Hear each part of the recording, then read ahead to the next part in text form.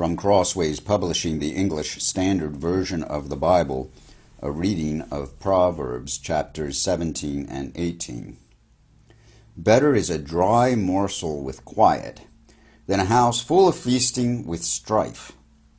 A servant who deals wisely will rule over a son who acts shamefully, and will share the inheritance as one of the brothers.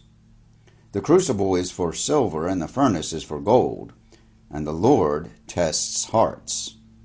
An evildoer listens to wicked lips, and a liar gives ear to a mischievous tongue.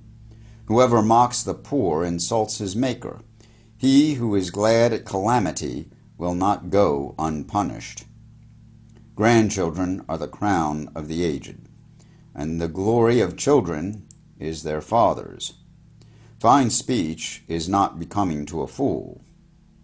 Still less is false speech to a prince. A bribe is like a magic stone in the eyes of one who gives it, who wherever he turns he prospers. Whoever covers an offense seeks love, but he who repeats a matter separates close friends. A rebuke goes deeper into a man of understanding than 100 blows into a fool. An evil man seeks only rebellion, and a cruel messenger will be sent against him. Let a man meet a she-bear robbed of her cubs, rather than a fool in his folly. If anyone returns evil for good, evil will not depart from his house. The beginning of strife is like letting out water. So quit before the quarrel breaks out. He who justifies the wicked and he who condemns the righteous are both like an abomination to the Lord. Why should a fool have money in his hand to buy wisdom when he has no sense? A friend loves at all times, and a brother is born for adversity. One who lacks sense gives a pledge and puts up security in the presence of his neighbor.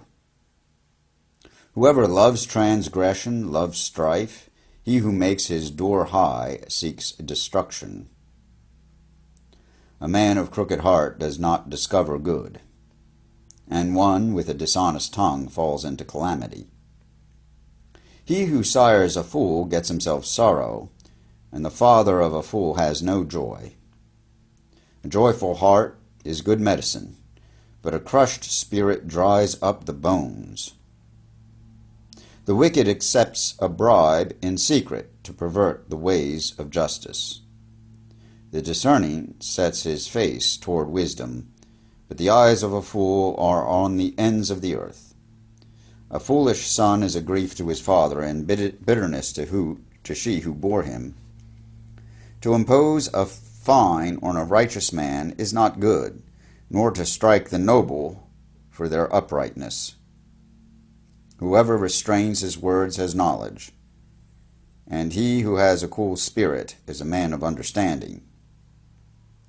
Even a fool who keeps silence is considered wise. When he closes his lips, he is deemed intelligent. Whoever isolates himself seeks his own desire. He breaks out against all sound judgment. A fool takes no pleasure in understanding, but only in expressing his opinion. When wickedness comes, contempt comes also, and with dishonor comes disgrace. The words of a man's mouth are deep waters. The fountain of wisdom is a bubbling brook. It is not good to be partial to the wicked or to deprive the righteous of justice.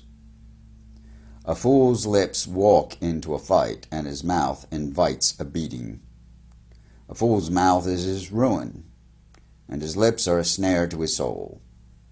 The words of a whisperer are like delicious morsels. They go down into the inner parts of the body. Whoever is slack in his work is a brother to him who destroys. The name of the Lord is a strong tower. The righteous man runs into it and is safe. A rich man's wealth is his strong city, and like a high wall in his imagination. Before destruction a man's heart is haughty, but humility comes before honor. If one gives an answer before he hears, it is his folly and shame. A man's spirit will endure sickness, but a crushed spirit who can bear? An intelligent heart acquires knowledge, and the ear of the wise seeks knowledge. A man's gift makes room for him, and brings him before the great. The one who states his case first seems right, until the other comes and examines him.